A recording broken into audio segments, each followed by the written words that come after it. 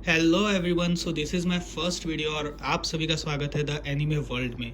तो बेसिकली ये channel create करने का पर्पस मेरा ये था कि मैं बेसिकली इसमें एनिमे के रिव्यूज़ और उसी के साथ साथ एनालिसिस दूंगा और आप सभी को बताऊंगा कि कौन से एनिमेस आप सभी को देखने चाहिए। और उसी के साथ साथ अगर आप सबसे बड़े ओटाकू होंगे तो प्लीज़ इस वीडियो को लाइक करके चैनल को सब्सक्राइब कर दीजिएगा। तो आज मैं जिस एनिमे की बात करने जा रहा हूँ, मैंने इसे पीयर प्रेशर में देखा, मेरे दोस्तों की बातों में आके, और उसी के साथ साथ इस एनिमे को देखने के बाद मैं इतना गंदा जेलस हो रहा हूँ कि क्या बताऊँ। मतलब मैं पिछले 23 साल से सिंगल हूँ और मैंने ये एनीमे क्यों देखा मुझे आज तक इस बात का आइडिया नहीं है। और मैंने इसे जब देखना स्टार्ट किया तब मैंने सोचा था भाई फर्स्ट एक एपिसोड देखूंगा और उसके बाद इसे लीव कर दूंगा, लेकिन मैंने लिटरली एक दिन में इसके दोनों सीजन्स कंप्लीट कर दिए और आज इसका तीसरा सीजन भी रिलीज हो चुका है। सो मैं बात करने जा रहा हूँ रेंट गर्लफ्रेंड इस एनीमे के बारे में और आप सभी को इसके सीजन 3 रिलेटेड मैं आपको एक शॉर्ट रिव्यू दूंगा और उसी के साथ साथ इस एनीमे का एक शॉर्ट एंड क्विक एनालिसिस आप सभी को देने वाला हूँ। So without wasting any time let's start this video. तो ये कंप्लीट एनिमे का अगर मैं आपको सिनॉप्सिस दूं या फिर एक बेसिकली एक छोटा सा प्लॉट आपको एक्सप्लेन करूं तो ये काजुया नाम के एक लड़के के इर्द गिर्द घूमता है जिसका उसकी गर्लफ्रेंड के साथ रिसेंटली ही ब्रेकअप हो चुका था। अब ब्रेकअप से उभरने के लिए वो एक एप्लीकेशन या फिर एक वेबसाइट की ओर जाता है और ये वेबसाइट का नाम रहता है रेंट गर्लफ्रेंड, जिसमें आप बेसिकली एक लड़की के साथ डेट पे जा सकते हो उसे पैसे पे करके। Please don't consider it has a double meaning, मतलब लिटरली जैसे मैं बात कर रहा हूँ वो लिटरली डबल मीनिंग साउंड कर रहा है, बट ऐसा बिल्कुल भी नहीं है। It just a normal date जिसमें एक लड़का और एक लड़की मिलते हैं and then they will spend some time, like जैसे किधर घूमना, अम्यूजमेंट पार्क हो गया, कैफेस हो गया, पिक्चर देखने जाना, ये सारी चीज़ें वो करते हैं।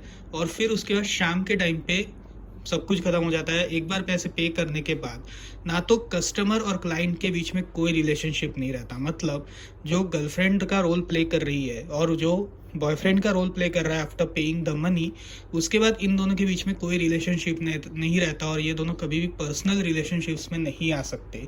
अगर इनको आना है तो फिर उसके लिए लड़की को इसकी ये जॉब छोड़नी पड़ेगी, उसकी ये जॉब क्विट करनी पड़ेगी, तभी वो किसी के साथ एक पर्सनल रिलेशनशिप में आ सकती है, वरना it is just a breach of the contract. अब यहाँ पर काजुया की मुलाकात चिजुरू नाम की एक लड़की से होती है जो काफ़ी हद तक क्यूट थी और पहली ही नज़र में काजुया उससे प्यार कर बैठता है। वाह।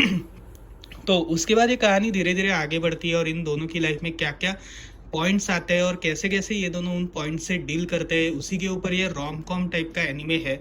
और थोड़ी बहुत ये हरम कैटेगरी का भी है। अगर आप सभी इस कैटेगरी को नहीं जानते तो स्पेसिफिकली इस कैटेगरी के ऊपर मैं एक वीडियो बना सकता हूँ। अगर आप चाहे तो अगली वीडियो या फिर बाकी के जो वीडियोस होंगे इन केस इन फ्यूचर मैं इस सब्जेक्ट के ऊपर ज़रूर एक आधा वीडियो बनाऊंगा जिसमें मैं आपको इस पर्टिकुलर सब्जेक्ट के बारे में कंप्लीट इन्फॉर्मेशन दूंगा और आखिर क्यों ये सबसे ज़्यादा फेमस कैटेगरी बन चुकी है आज के टाइम की।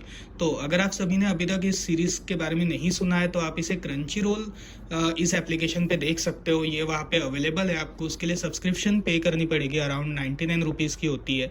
तो वो सब्सक्रिप्शन पे करने के बाद आप इसकी सीरीज़ को देख सकते हो। इसके दोनों सीजन्स क्रंची रोल पे अवेलेबल है और थर्ड सीजन हर एक हफ्ते के सैटरडे में अपलोड होता जा रहा है। लगभग 3 एपिसोड्स अभी तक इसके अपलोड हो चुके हैं सीजन 3 के, और सीजन 1 और सीजन 2 आप कंप्लीटली देख सकते हो। ये कंप्लीटली अवेलेबल है इन इंग्लिश, जापानीज और भी काफ़ी सारे लैंग्वेजेस में ये अवेलेबल है। लेकिन मैं मोस्टली रेकमेंड करूँगा कि आप सभी इसे जापानीज ओरिजिनल डब में ही देखें, क्योंकि यार एनीमे को ओरिजिनल लैंग्वेज में ही देखने का ज़्यादा मज़ा आता है। मतलब मैं पर्सनली एनीमे को ओरिजिनल लैंग्वेज में ही प्रीफर करता हूँ। अगर आप सभी इंग्लिश लैंग्वेज या बाकी किसी लैंग्वेज में देखना चाहते हो तो it is up to you. So यहाँ पर अगर हम अब यहाँ पर इसके थोड़े स्पॉयलर्स की बातें होने वाली है, तो अगर आपने अभी तक इस एनीमे को नहीं देखा है तो इस वीडियो को अभी के अभी छोड़ के जाइए, क्योंकि लिटरली इसके बाद काफ़ी हद तक स्पॉयलर्स होने वाले हैं और आप इसकी कहानी को नहीं समझ पाओगे।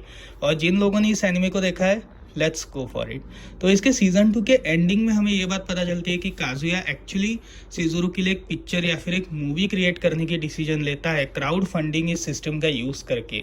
अब काफ़ी सारे लोगों के माइंड में ये सवाल आ रहा होगा कि आखिर ये क्राउड फंडिंग होती क्या और बेसिकली ये काम कैसे करती है। तो अगर मैं आप सभी को बताऊँ कि ये क्राउड फंडिंग क्या होती है तो काफ़ी हद तक वीडियो बढ़ जाएगी, तो भी मैं इसका एक शॉर्ट से आपको इन्फॉर्मेशन थोड़ी देर बाद देता हूँ। तो यहाँ पर हमारे सामने ये आता है सेकंड सीजन के एंड में कि अब Kazuya is going to create a movie for Chizuru ताकि वो अपनी ग्रैंड माँ का सपना पूरा कर सके। अब यहाँ पर उस सपने को पूरा करने के लिए काजुया क्या क्या करता है और इसी बीच इन दोनों के रिलेशनशिप और ज़्यादा ग्रो कैसे होती है, इसी के ऊपर इसका कंप्लीट सीजन 3 बेस्ड होगा। अब यहाँ पर इसके सीजन 3 के लगभग 3 एपिसोड्स रिलीज हो चुके हैं और मैं एक चीज़ ज़रूर कहूँगा कि भाई सीजन 1 और सीजन 2 के बाद मोस्टली काफ़ी हद तक चीज़ों को इन लोगों ने मैच्योरिटी से डील कर दिया है। मतलब सीरियसली सीजन 1 सीजन 2 देखने के बाद मैं इतना ज़्यादा डिस्गस्ट फील कर रहा था और मैं ये सोच रहा था भाई मैंने इसके सीजन्स देखे भी क्यों। मतलब लिटरली इसका स्क्रीन प्ले ऐसा है ना कि आप एक एपिसोड देखोगे, आप इसका दूसरा एपिसोड देखते ही जाओगे और देखते देखते आप इसके कब 2 सीजन कंप्लीट कर दोगे आपको भी पता नहीं चलेगा। और फिर आप सोच में पड़ जाओगे, रिग्रेट में पड़ जाओगे कि आखिर आपने किया क्यों और आपने इसके 2 सीजन्स देख कैसे डाले। मैं खुद उसका एक्सपीरियंस हूँ तो मुझे एक्चुअली इसका आइडिया है। लेकिन सीजन 3 में इन्होंने काफ़ी सारी चीज़ों को सुधारा है और काफ़ी सारी चीज़ों से इन्होंने कोप अप किया है। तो एक तरह से अभी शायद से सीरीज़ एक काफ़ी मीनिंगफुल वे की तरफ जा रही है, ना कि किसी डिस्गस्टिंग या फिर ना ही किसी क्रिंज वर्ती तरीके से इसमें दिखाया जा रहा है, बल्कि एक काफ़ी सीरियस और मैच्योरिटी से चीज़ों को ये लोग डील करते जा रहे हैं। अब यहाँ पर सीजन 3 कम्प्लीटली शायद से बेस्ड होगा मूवी के ऊपर। अगर आप सभी नहीं जानते तो इसका सीजन 1 और सीजन 2 कम्प्लीटली डेटिंग पर बेस्ड था और सीजन 3 शायद से इसका मूवी पर बेस्ड होगा, जिसमें हमें शायद से काजुया और शिज़ुरू एंड में साथ दिख सकते हैं। मतलब ऐसा मुझे लगता है जिस हिसाब से अभी एपिसोड पढ़ रहे हैं, क्योंकि दोनों का भी एक दूसरे के बारे में पता चल चुका है, दोनों को पता है कि वो एक दूसरे को लाइक करते हैं। तो शायद से ये हो सकता है कि इसके एंड तक शायद से काजुया और शिज़ुरू एक दूसरे के साथ रिलेशनशिप में आ जाए, और वो भी एक्चुअली रेंटेड वाला नहीं। क्योंकि अगर आप सभी ने इसके दोनों सीजन्स के इंट्रोज देखे होंगे तो उसके एंड में आप सभी को एक बिल की कॉपी दिखती है, जो एक्चुअली काजुया के नाम की एक बिल की कॉपी आपको दिखती है। लेकिन सीजन 3 के जो क्रेडिट्स है, मतलब सीजन 3 के जो स्टार्टिंग इंट्रो है, उसमें हमें कोई बिल की कॉपी नहीं दिखाई देती। तो इससे ये अंदाज़ा ज़रूर लगाया जा सकता है कि इसमें आई थिंक लव स्टोरी हमें देखने को मिल सकती है। मतलब कोई भी ऐसा क्रिंज वर्ती हमें सिक्वेंसेस नहीं देखने को मिलेंगे, लेकिन मैं इसके ऊपर बिलीव नहीं कर सकता क्योंकि यार ये रेंट गर्लफ्रेंड है और ऊपर से काफ़ी हद तक अलग टाइप का एनिमे है।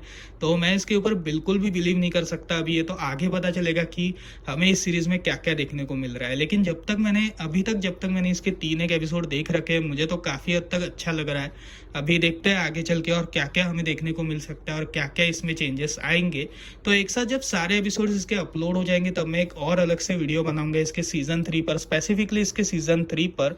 लेकिन अभी हम बात करते हैं क्राउड फंडिंग की। अब आप में से जो लोग इस वर्ड को पहली बार सुन रहे हैं उनके लिए मैं बता दूं कि क्राउड फंडिंग बेसिकली एक्चुअली एक तरह का डोनेशन टाइप का ग्रुप होता है जो आर्टिस्ट्स के लिए काम करता है। जैसे फॉर एग्जांपल अगर आप पिक्चर बना रहे हो, मूवी बना रहे हो या प्ले बना रहे हो, तो एक पिक्चर या मूवी के लिए काफ़ी ज़्यादा पैसा लगता है। मतलब बहुत ज़्यादा इन्वेस्टमेंट लगती है और वो इन्वेस्टमेंट एक छोटा सा एक्टर या छोटा सा क्रिएटर कर नहीं पाता। तो इसलिए वो एक ग्रुप के पास जाता है जो बेसिकली डोनेशन कैंप्स टाइप के थिंग्स चलाते हैं। और वो बेसिकली आपका एड या फिर आपकी पोर्टफोलियो को वो बेसिकली उनके वेबसाइट पर अपलोड करते हैं। और ये वेबसाइट्स में लोग जो है, जो नॉर्मल मतलब जो लोग है, मतलब जो कॉमन पीपल है, वो एक्चुअली इसमें पैसे डोनेट करते हैं। मतलब आपके पोर्टफोलियो को देखकर वो धीरे धीरे करके पैसे डोनेट करते हैं ताकि आपके पास उस पिक्चर को या फिर उस प्ले को बनाने के लिए एक स्पेसिफिक बजट आ पाए। जिस वक्त स्पेसिफिक बजट आएगा उस टाइम पे एक पिक्चर बनाई जाएगी और वो लोगों को दिखाई जाएगी। तो बेसिकली इसी का मतलब होता है क्राउड फंडिंग। अब यहाँ पर ये जापान में काफ़ी हद तक फेमस है, लेकिन इंडिया में शायद से ये इतना ज़्यादा फेमस नहीं है या फिर मोस्ट ऑफ द लोग इस ग्रुप को जानते नहीं है।